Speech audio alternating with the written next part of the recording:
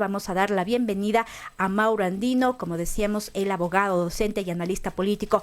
Mauro, muy buenos días, bienvenido acá a Wambra Medio Digital Comunitario. Muy buenos días, gracias por la invitación. Un saludo cordial para todos y todas. A las órdenes. Mauro, ¿cómo evaluar, qué nos deja más bien dicho este gobierno de Guillermo Lasso? ¿Cómo lo podemos al menos evaluar en ciertos temas? Creo que es importante realizar un diagnóstico y para tener un diagnóstico fundamental partir de algunos indicadores y datos que dan cuenta de la problemática multicausal y estructural del país. Creo que tenemos una problemática sistémica. Hay varios sectores. Empecemos por el tema del empleo. El 65% de la fuerza laboral vigente o está en el desempleo o está en la informalidad. En materia de criminalidad, la situación es absolutamente lacerante. Tenemos una muerte violenta prácticamente llegaremos a 44 crímenes violentos al finalizar el año por cada 100.000 habitantes. Tenemos un femicidio cada 17 horas, si mi memoria no me falla en este momento. En materia también de pobreza y de extrema pobreza, tenemos más de 6 millones de ecuatorianos viviendo con $2.80 al día y quienes viven en condiciones de extrema pobreza con $1.40 diarios. En materia de hambre, tenemos más de 2,5 millones de ecuatorianos que comen una sola vez al día. Este es un dato de la FAO, organismo adscrito a Naciones Unidas.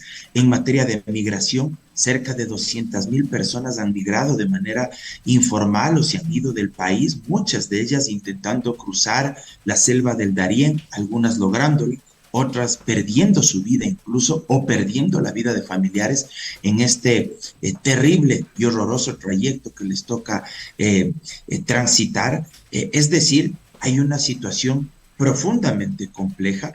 Eso es lo que nos deja Guillermo Lasso. Y para rematar en materia económica, muchos expertos han señalado que habría un déficit fiscal que rebasaría los 9.000 millones de dólares, lo cual complica muchísimo el diseño y ejecución de políticas públicas, la ejecución de obra pública, por supuesto también el cumplimiento con ciertas obligaciones relacionadas a créditos o a préstamos que tiene el Ecuador y finalmente el tope o el cupo máximo al que ya habría llegado el Ecuador en materia de acceso a crédito con organismos multilaterales como el Fondo Monetario Internacional. Todo esto genera un contexto de crisis y evidentemente, por más que Lasso intente maquillar su deteriorada imagen, por más que tenga un libro, entre comillas, de ni sé cuántos cientos de páginas sobre supuestos 900 días de democracia y de progreso, creo que 9 de cada 10 ecuatorianos no le creemos, sabemos la realidad y aunque llore también en algunos reportajes que le han producido para lavarle su imagen, la situación es totalmente distante y disímil de lo que él ha tratado de posicionar en un relato falso y mentiroso. Ahora, un poco la pregunta que nos queda es, ¿Guillermo Lasso y su gobierno en realidad fue tan incompetente para, digamos, gestionar la parte pública o más bien hubo un interés por, si se quiere, la privatización, por afianzar un tipo de política económica, en este caso no liberal? ¿Cómo lo miras tú? Creo que hubo varios factores. Creo que por un lado existió mucha ineptitud, mucha incompetencia, falta de conocimiento de las técnicas de Estado, de la administración pública. Creo que nunca entendieron la lógica de lo que es el servicio público y esto implica, entre otras cosas, conocer la parte técnica, pero además entender que lo público tiene una valoración política, porque hay un conjunto de intereses que se contraponen, que están en disputa, que están en juego. Y hay intereses corporativos particulares que jamás deberían anteponerse al interés colectivo, al interés general, que tiene como objetivo primigenio alcanzar el bien común, consecuentemente lograr ciertos parámetros mínimos que otorguen la felicidad pública a la sociedad. Es decir, desconocimiento de lo público, falta de formación política, pero ahí sí agrego otro elemento que tú bien mencionabas, Verónica. Creo que existió una total predisposición premeditación por parte de ciertos actores para chatarrizar lo público, para destruir los servicios públicos y que este sea un justificativo ideal bajo el cual el gobierno de Lazo pueda atacar al Estado. Ellos siempre fueron enemigos del Estado, siempre tuvieron una ideología ultraliberal, neoliberal en este sentido. El Estado para ellos es innecesario, el Estado para ellos es el enemigo de las libertades individuales. Eran personas y actores que históricamente repudiaban el cobro de impuestos, la recaudación tributaria. Ellos son amantes del libre mercado en su máxima expresión. Yo no es que me opongo a la propiedad privada, al libre mercado, pero creo que tampoco uno puede someterse, sobajarse y arrodillarse únicamente al Dios mercado. Creo que se necesita un Estado fuerte, presente, que garantice derechos económicos y sociales, y en este sentido, pues, Lazo y compañía nunca creyeron en defender esto. Hubo una intencionalidad, reitero, por destruir lo público, y que esto a su vez permite, entre otras cosas, generar mayores vínculos con el sector privado, utilizar al Estado, eso sí, como una palanca que les facilite hacer negocios, acumular mayores riquezas, y lo que el Estado aparentemente era incapaz de poder resolver, entonces trasladarle a manos del sector privado. Ahora, lo mismo no sucedería con Daniel Noboa, digamos, viene de una élite económica bastante reconocida acá en el país, pero si se quiere diferente, Guillermo Lasso, él mismo lo ha recalcado. Sin embargo, vemos que su gabinete también está conformado por gente cercana a este mismo sector privado empresarial. ¿Podría de alguna manera Daniel Noboa fortalecer todo lo que ya ha venido haciendo Guillermo Lasso? Es uno de los grandes temores. Es una crítica que yo públicamente la había exteriorizado en distintos espacios a través de mis cuentas de redes sociales. Es apropiado y me mantengo en que no es recomendable en términos democráticos concentrar el poder económico y al mismo tiempo concentrar el poder político. Toda relación de esta naturaleza es peligrosa, puede llegar a ser incestuosa y extremadamente perjudicial en aras de buscar el bien colectivo y el interés general.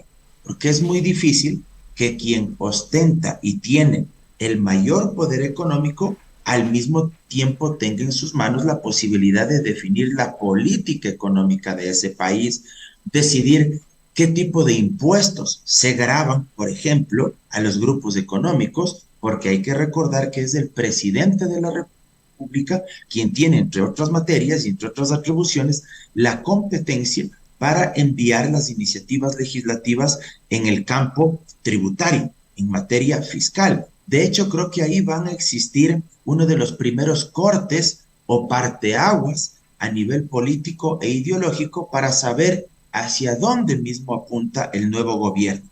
El presidente electo ha anunciado que va a enviar 2 proyectos de ley económico urgentes a la Asamblea Nacional. No estamos en estado de excepción, consecuentemente primero debería enviar uno, luego del tratamiento de este primer proyecto podría enviar el segundo, pero no puede enviar los 2 al mismo tiempo. Y el contenido de estos proyectos va a ser determinante. Y ahí veremos cuál de los 2 caminos escoge.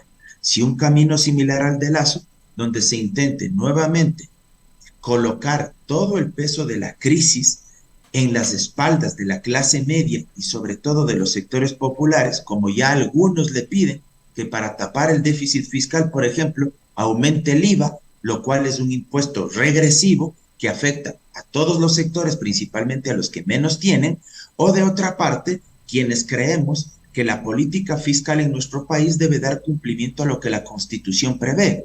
Una política fiscal redistributiva, progresiva, equitativa, por ejemplo, que se aumente el impuesto a la renta, pero no a la clase media ni a los sectores populares, sino a los 270 grupos económicos más grandes de este país. Por ejemplo, que se imponga un impuesto especial a los grandes patrimonios de estos grupos económicos por los próximos 2 a 4 años hasta que se establezca o se estabilice una economía mucho más sólida, que se cobre los $2,000 millones aproximados que están ya en firme mediante sentencia judicial por deudas que se han contraído con el Servicio de Rentas Internas por parte de muchas de estas personas jurídicas y naturales que tienen altísimos ingresos, y creo que estas son salidas que habrá que ver si es que el presidente electo las toma, reitero, o escoge el camino de nuevamente hacernos pagar a las clases medias y a los sectores populares el costo de estas crisis, o si evidentemente quiere escoger un camino de mayor equidad y justicia social. Veremos. Ahora, pasando a otro tema, está pendiente, digamos, en la Asamblea Nacional, o quedó en ciernes lo que fue el juicio político a Guillermo Lasso. Ese mismo día convocó la muerte cruzada. ¿La Asamblea podría retomar el juicio político? ¿Es pertinente, digamos, dado los problemas del país? Que recién la Asamblea se está sentando, si se quiere, en sus funciones. ¿Es conveniente en este marco que se reactive el juicio político a Guillermo Lasso? Te confieso que en un inicio, cuando recién se realizó el adelanto de elecciones y me preguntaban sobre este tema, yo decía, la nueva asamblea no debería retomarlo, no tanto por el ámbito jurídico, porque ahí me parece que hay argumentos de lado y lado, ¿sí? Tanto como para no retomarlo, como para retomarlo, porque hay vacíos legales normativos que ni impiden ni viabilizan expresamente que se retome el juicio político. Y te decía en un inicio yo, señalaba que no sería apropiado desde lo político porque la gente está cansada, agobiada de los conflictos, de los enfrentamientos políticos. Sin embargo, visto todo lo que ha sucedido desde hace un tiempo para acá, del país ha empeorado notablemente. Yo he reculado en esa posición y he señalado que habría sido conveniente, y digo habría sido porque ya los tiempos no alcanzan, que sí se retome el juicio político para que no se vaya con impunidad, al menos en este campo, en esta materia, y que sea censurado y destituido y que no pueda él realizar la transición, la entrega del mando presidencial, que me parece además, creo que ya se excusó, dijo que él creo que no va a asistir, si es que no me equivoco, pero el problema es que los tiempos ya no dan. La posesión del presidente electo es mañana, ¿verdad? Corrígeme tú Sí, si es que sí, estoy es mañana. equivocado. Y claro, ya para convocar a una sesión del Pleno de la Asamblea Nacional los tiempos no alcanzan. Esto se lo debe hacer con 48 horas de anticipación. Y una vez que mañana se posesione Daniel Noboa, ya no se puede enjuiciar políticamente, censurar y destituir a un presidente que ya dejó el cargo. El artículo 131 de la Constitución permite, sí, la censura de exfuncionarios hasta un año después de haber ejercido el cargo, pero el 131 se refiere a otras autoridades. O sea, En cambio, el artículo 129 de la Constitución, que habla del presidente y vicepresidente de la República, solo permite el enjuiciamiento político mientras está en el ejercicio de sus funciones, mientras está cumpliendo el cargo. O sea, para ser precisos, ahorita el juicio político que se instaló en mayo pasado en contra de Guillermo Lasso estaba por el 129 de la Constitución, que solo permite enjuiciar a presidente y vicepresidente. Ahora, si quisiéramos, luego de que cese sus funciones Guillermo Lasso, llevarlo a juicio político, ya no es válido. Ya no es posible, porque él ya no está en el ejercicio del cargo, lamentablemente se irá con un aire y un manto enorme de impunidad, sin responsabilidad política. Repito, habría sido súper valioso porque creo que la gente lo habría admirado, lo habría reconocido. Imagínate tú luego incluso de tener apagones eléctricos, por eso te decía, yo he reculado también en esta postura, habría sido muy adecuado. Ojalá, al menos en el ámbito judicial, en algún momento él pueda responder por todos sus errores y horrores y el de su círculo, ya sea en el campo penal, en el campo civil, en el ámbito administrativo. Ojalá el nuevo Contralor actúe, realice exámenes especiales, contratos de última hora. Ayer leía que mientras estábamos interesados en el partido de la selección, ha firmado contratos con una empresa francesa, me parece, concesionando creo que 18 proyectos eléctricos en todo el país. Un contrato de última hora cuando le quedaban simplemente ya instantes, segundos, minutos en el ejercicio del poder, lo cual no solo me parece dudoso desde lo jurídico, sino absolutamente antiético, inmoral, que un presidente a horas de irse del poder, firme contratos por semejantes montos. Estamos hablando de cientos de millones de dólares, porque eso es lo que sumaba todos estos contratos, estos proyectos eléctricos, y que sin ningún empacho incluso lo anuncie de forma muy pomposa en un comunicado, como si mucho estaría haciendo al final de su mandato. Ahora, se viene el gobierno de Daniel Noboa. ¿Qué señales ha emitido hasta ahora? Porque, digamos, ha habido hermetismo, si se quiere, un tema de cuentagotas para anunciar a sus ministros. Yo preguntaba de pronto si es inexperiencia o es que Daniel Noboa efectivamente no estuvo preparado para asumir este cargo. ¿Cómo mirar, digamos, esta actuación en estos pocos días de Daniel Noboa? Creo que hay que analizarlo desde algunas perspectivas. Daniel Noboa está claro que no es un actor político ni un presidente que habla demasiado, no es un buen orador. Creo que él mismo lo ha reconocido. El día que le entregaron las credenciales por parte del Consejo Nacional Electoral, él señaló precisamente que él es corto de palabras, que a veces le preparan los discursos más extensos, más largos, y que él siempre termina hablando menos de lo que su equipo asesor le plantea. Y esto, si bien puede tener tal vez ciertos simbolismos y ciertas características que son muy propias de él, al mismo tiempo puede resultar en una debilidad. ¿Por qué? Porque si es que él no marca la cancha, si es que él no da la línea en términos del relato político, del discurso que quiere posicionar como jefe de Estado ante la opinión pública, es evidente que los demás actores políticos pueden instalar su retórica, su narrativa ante la falta oficial de quien debería ser el principal vocero, que se llama Daniel Noboa. Consecuentemente, ese es un riesgo que está ahí, muy, muy presente, y que debería considerarlo Daniel Noboa y su equipo de comunicación. Además, me parece que desde que ganó la presidencia de la República, él no fue muy proactivo al momento de pronunciarse sobre temas urgentes.